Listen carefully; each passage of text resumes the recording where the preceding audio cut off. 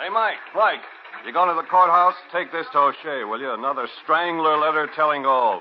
Why can't he just strangle letter writers? One more and I'll strangle somebody.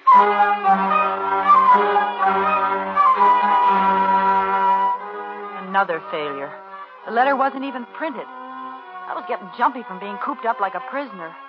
What if he couldn't find me as long as I stayed home? I was losing money every day I didn't pull my act. I could leave town, but why should I give up this good thing, my perfect setup? I've been doing fine. In another year, I could quit the racket, make friends, invest my money, maybe even get married. But now this had happened. I'd never be safe.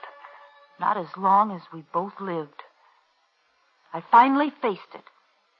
I have to find him and kill him.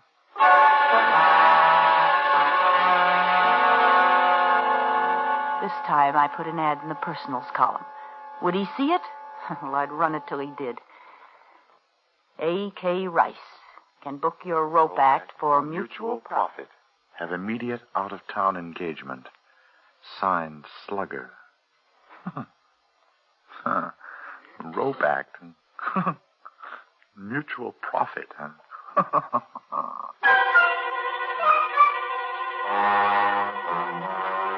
I knew that would get him because it sounded like blackmail. And by pretending to fall for a shakedown, he'd hope to get close enough to kill me. Only it was going to be the other way around. And so our strange correspondence began. He answered right away. Slugger, interested in offers. Send details, box 047M298, Rice. I had him hooked. I didn't lose any time writing. Dear Mr. Rice, I have an invention which I think you'll want for your rope act. It's expensive, but remember, it's completely silent. And yours exclusively if we agree on terms.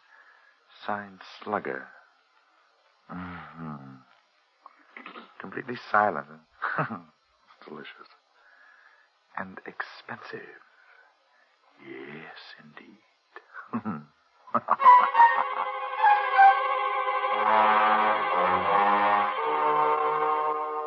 Slugger, give price and details of contract. Rice.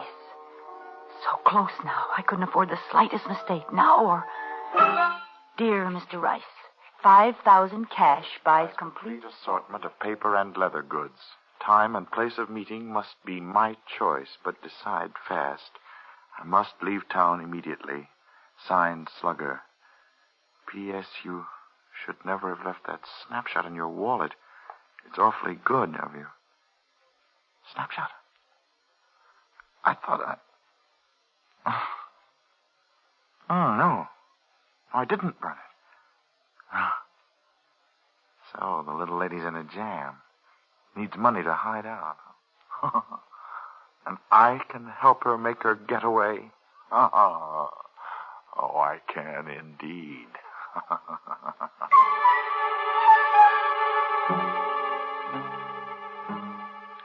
Slugger, price okay. We'll close at your convenience, Rice. I've got him. My plan was as foolproof as I could make it. I packed a suitcase with the kind of clothes I'd hate to be found dead in, and maybe I would be, and told Mrs. Milford I was taking a vacation with friends. Oh, I'm so glad, dearie. I said to Miss Knight yesterday, that child should have country air. City air just don't do the same for you. Yes, I know. It'll do me good. And you stay longer if they ask you. Don't worry about me holding the apartment for you. Well, thanks a lot, Mrs. Tilford. It's certainly nice of you. I have to catch that train now. Goodbye. Goodbye. Have a nice time now.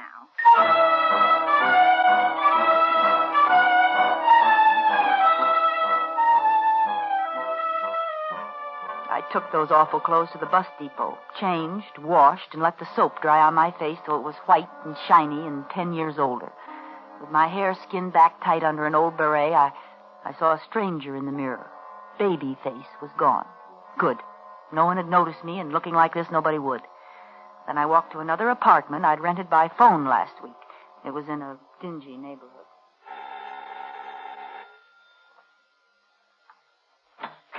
I'm Miss Sproat. Oh, Miss Sprout. You can move right in. The people left yesterday. Here, this is the key. It's the first door at the head of the stairs. Fine, I'll go right up. It ain't clean yet. Them stairs bother me so. I'd really rather do it myself, thank you. Well, I'll just leave you alone then. Now I was Miss Annie Sproat, librarian, and I looked as much like Isabel Towns' baby face as an alley cat looks like a Persian. I sat down to write the last letter. Dear Mr. Rice, come to 609 Fitzgilbert Place at 10 p.m. Friday. And don't try to come near me, or I'll scream my head off.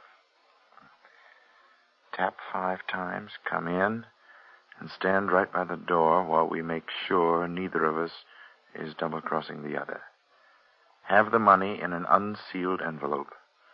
I want that traveling money, but I'd rather take a chance on the cops than on you, so follow instructions. Slugger.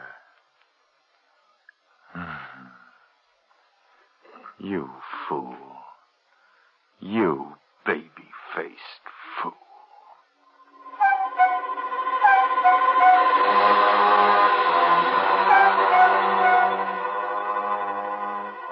He'd have to make sure the layout was right before he'd dare attack me.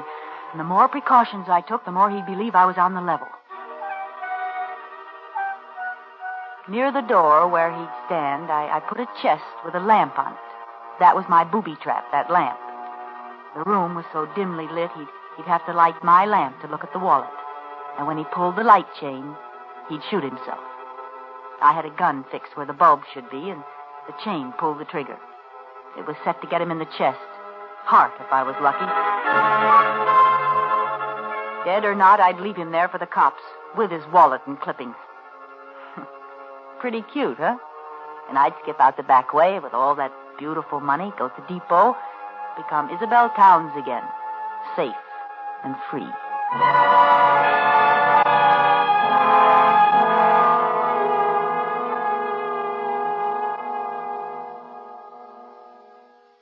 I wore gloves all the time I was there, and the suitcase with Isabel Towns' identity in it was ready by the back door. The hours passed like centuries, and the old house creaked like a sick old man in a squeaky bed. Of course, it might be the house, or it might be someone on the stairs. And then it was 10 o'clock. I was standing at the other end of the room, facing the door. The light was very dim. I heard the feet coming up the stairs, or was it just the creaking of the old house? No.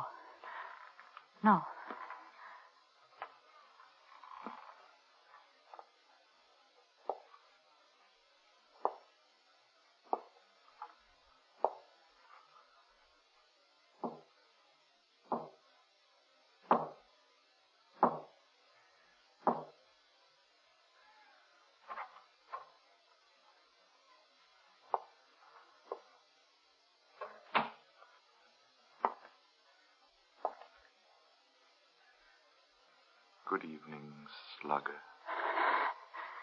You see, I'm prompt, Slugger. Stand where you are. Certainly. Did you bring the money? Yes, indeed. Here. This envelope. Throw it down in the middle of the room, between us. Go ahead, throw it down. It'll stay there while you examine the leather goods. You have the wallet here. Yes. Throw the money. I can't reach it from here, you know. It's quite safe.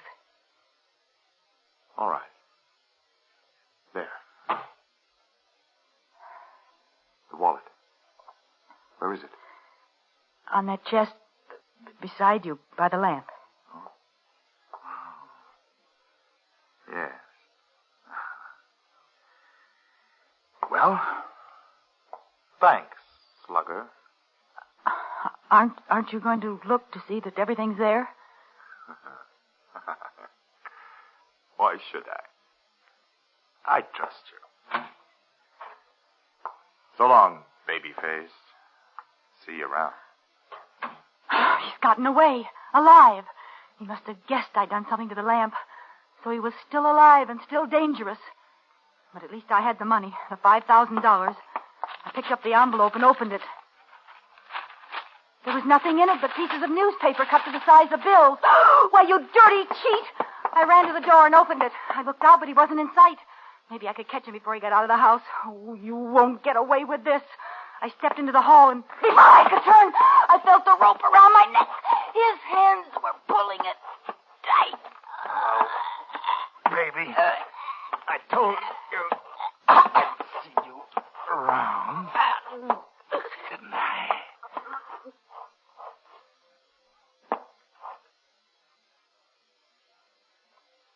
There you are, baby. You're paid off in full. Now, we'll just go back inside.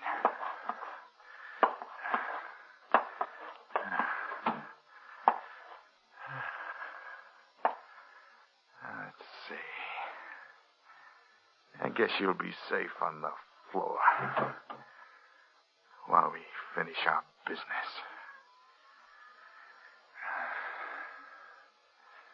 Now, I'll take a look at that wallet, baby. You might have held out some of those clippings. I'll just turn on this light. Oh!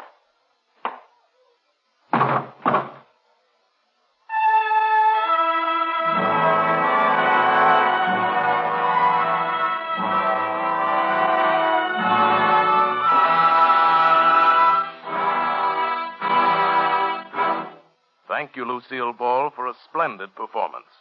Miss Ball will return in just a moment.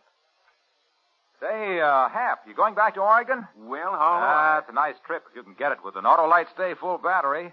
You know, I'd advise you to get a sign for your thumb saying, any car with Autolite Stay Full batteries can carry me. I forgot my canteen. But how long? Of course, you could buy an Autolite Stay Full battery and simply insist that whoever picked you up use your battery. But you couldn't get back to Oregon that way. No, sirree. They'd never let you out of the car just so they could keep that wonderful Autolite Stay Full battery.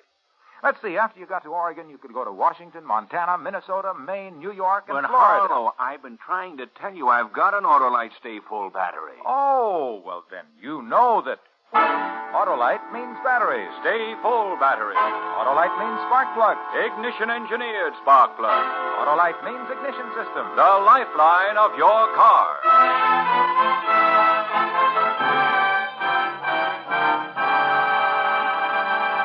And now here again is Miss Lucille Ball.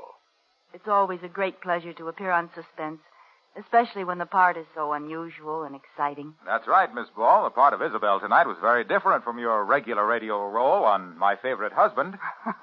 Plug? Why not? Why not? Something like, listen to Lucille Ball as Liz Cougat on My Favorite Husband every Saturday night. Over your favorite CBS station. All right? Wonderful. And I hope all of you will be listening next week when Suspense presents William Powell in a role that's also different from the parts he's been playing lately. He's playing a man who's just stolen $250,000 and then finds out that... But you'll hear about it next Thursday when Suspense brings you Give Me Liberty, another gripping study in... Suspense.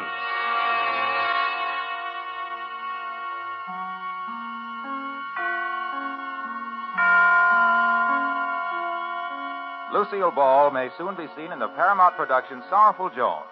Barry Kroger was heard tonight in the part of the Strangler. Tonight's suspense play was written by Virginia Cross, with music composed by Lucian Moraweck and conducted by Lud Bluskin. The entire production was under the direction of Anton M. Leader. In the coming weeks, Suspense will present such stars as John Garfield, Margaret O'Brien, Sidney Greenstreet, Agnes Moorehead, Edmund O'Brien, and many others.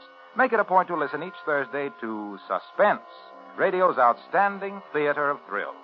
And next Thursday, same time, hear William Powell in Give Me Liberty.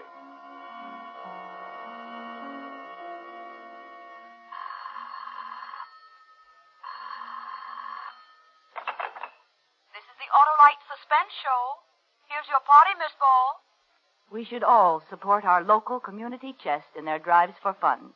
Money is badly needed for aid to the handicapped, child care, hospitals, clinics, and a host of other humanitarian services. Subscribe to your local community chest. Everybody benefits, everybody gives. Thank you. This is CBS, the Columbia Broadcasting System.